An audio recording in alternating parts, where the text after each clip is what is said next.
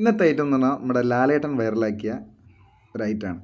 അതായത് പഴവും തേങ്ങയും വെല്ലവും ഐസ്ക്രീമും കൊണ്ടുള്ള ഒരു സാധനം.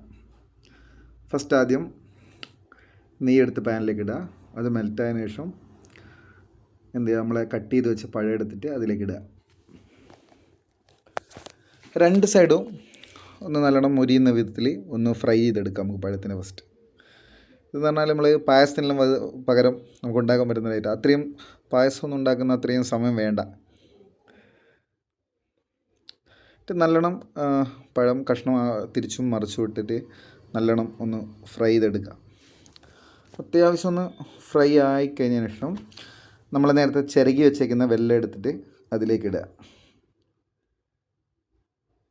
എന്നിട്ട് നല്ലോണം വെല്ലവും പഴവും കൂടി നല്ലോണം ഇളക്കി യോജിപ്പിക്കുക.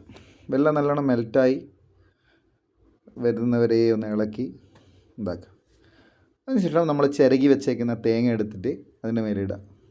എന്നിട്ട് വീണ്ടും ഇളക്കി പഴവും വെല്ലവും തേങ്ങയും കൂടി നല്ലോണം മിക്സ് ആവുന്നതിൽ ഇളക്കുക.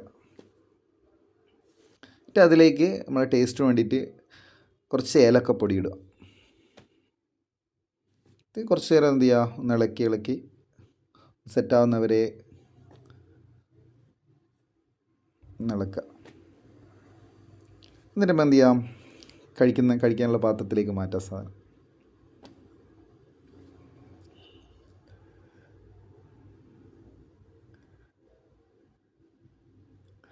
എന്നിട്ട് അതിലേക്ക് നമ്മൾ എടുത്തു വെച്ചേക്കുന്ന ഐസ്ക്രീം ഇടുക.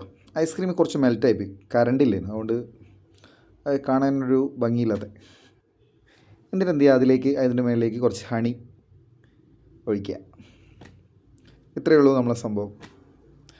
കഴിച്ചു നോക്ക്, നല്ല സൂപ്പർ ടേസ്റ്റാണ്, അടിപൊളിയാണ്. എല്ലാവരും ട്രൈ ചെയ്ത് നോക്കണം.